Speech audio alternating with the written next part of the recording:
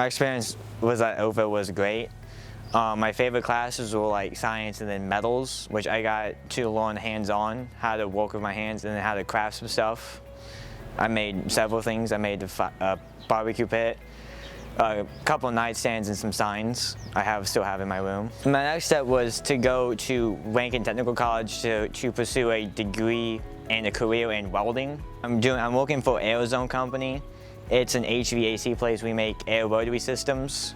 I'm a fabricator. I do frame welding. Mostly learning about how to work with my hands. That mostly prepared for me the most. And then the math parts. Like, you don't think of it, you don't use math, but I use geometry and math every single day at my job. Me taking the geometry class really helped me out in the long run.